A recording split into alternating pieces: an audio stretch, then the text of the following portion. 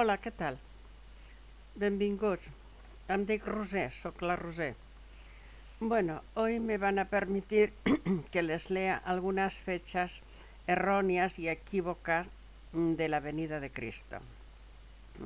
Pero primero permítanme que les lean más o menos cómo se originó el origen de esta sociedad, ¿m? Los testigos de Jehová.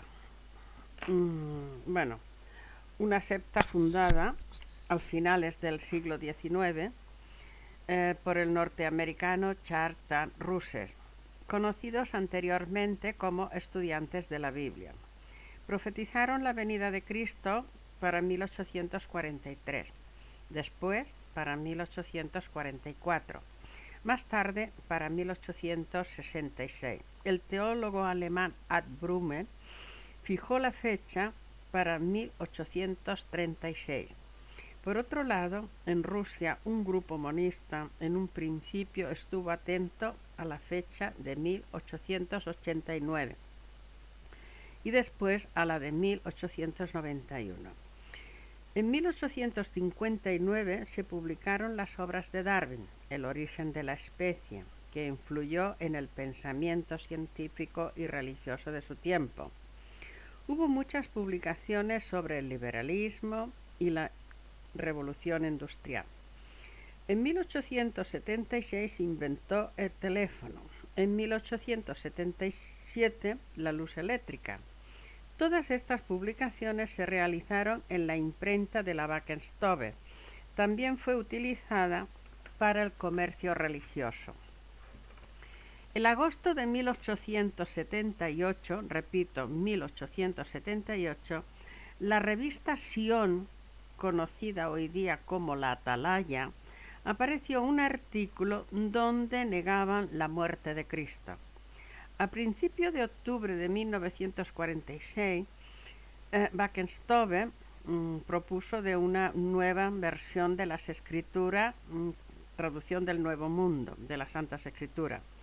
El 2 de diciembre de 1947, los textos fueron sometidos a revisión por todo el comité de traductores y fue denegada. Russes fue miembro y colaborador estrechamente en las actividades de la Sociedad Wackenstube. Nació en Estados Unidos el 16 de febrero de 1852. Fue sin duda un hombre de negocio. Solo con 11 años de edad se hizo socio del negocio de su padre, un niño prodigio. Sus padres eran católicos y les habían enseñado que Dios, aunque es amor, prepara un lugar que arde con fuego.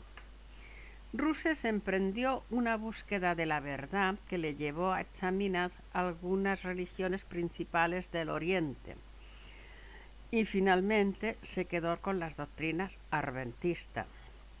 Pero llegó a la conclusión de que un Dios que usa su poder para crear seres humanos, sabiendo de antemano que sufrirían tormento y predestinándolos a ello, que un Dios así no sería ni sabio, ni justo, ni amoroso, y que sus normas serían inferiores a la de los hombres. Bueno, hay que tener muchas agallas para hablar así de su creador y a más publicarlo. El libro titulado Razonamientos a partir de las Escrituras, un libro de 435 páginas sin depósito legal, la primera edición impresa en inglés 2 millones de ejemplares, impreso en Italia. Si usted es testigo de Jehová y tiene este libro puede comprobarlo. El encabezamiento del libro dice: ¿Cómo utilizar razonamientos a partir de las Escrituras? Página 74. Dice: se muestra en el Nuevo Testamento que la vida celestial sea la esperanza para todo cristiano. En Romanos 8:14 dice: porque todos los que son guiados por el Espíritu de Dios, estos son hijos de Dios. Cuando se escribió esto, ¿era cierto? pero no siempre ha sido así. Juan el Bautizante se les llamaría del Espíritu Santo, pero no participará de la gloria del reino celestial, del mismo modo que otros que sirvieron a Dios como seguidores de su Hijo no participarán de la gloria celestial. Vaya, estas palabras no tienen sentido. Y lo que no tiene sentido son palabras insípidas. Se plantean una serie de preguntas que ellos dan sus respuestas con textos bíblicos, sin el más mínimo análisis de su contexto. Las preguntas siempre las plantean con un punto de duda, llevando a la práctica de introducir en el texto conceptos contrarios a lo que allí se dice.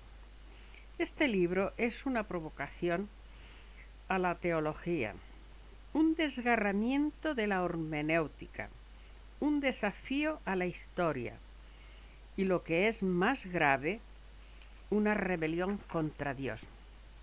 Es un documento de la esclavitud del hombre por el hombre, un documento de su propia decadencia, es un documento del anticristo. Sus doctrinas no están basadas en la ignorancia, sino en el autoengaño. Fijémonos que en el libro de Mateo, en el capítulo 24, cuando el Señor salía del templo, Jesús, Yeshua, los discípulos quisieron mostrarle el edificio, ¿no? El Señor le respondió: ¿no veis todo esto? En verdad os digo que aquí no quedará piedra sobre piedra que no sea derribada. Esto fue algo preocupante para los discípulos, muy preocupante, puesto que ya habían tenido una destrucción del templo, habían sufrido sus consecuencias y fueron deportados a Babilonia. Por consiguiente, ahora otra vez, otra destrucción. ¿Qué iba a ocurrir? Si no hay templo, no hay sacrificio, y si no hay sacrificio, Dios no está con ello. Por consiguiente, esto fue tan preocupante hasta tal punto que se acercaron a él, como así en privado, para preguntarle cuándo sería esto y cuáles señales habría de esto y cuál sería la señal de la consumación de los tiempos. El Señor, si nos damos cuenta, no le responde inmediatamente a sus preguntas, porque el Señor tiene su mirada puesta en el presente y futuro, porque cuando Dios habla, no habla para un solo hombre, ni para una sola nación. Cuando Dios habla, habla para todos los hombres, para todos los pueblos y para todas las generaciones. El Señor tenía puesta su mirada en el presente y futuro. Para Él era mucho más alarmante advertirlos, avisarle, cuidado, que no explicarle. Así que lo primero que el Señor les dice es: cuidado, cuidado, que nadie os engañe. Cuidado, porque muchos vendrán sobre la base de mi nombre diciendo: yo soy el Cristo, y engañarán a muchos. Cuidado, el engaño está contundentemente condenado. Cuidado, que nadie nos engañe. Gracias por vuestra atención y hasta pronto. Chao.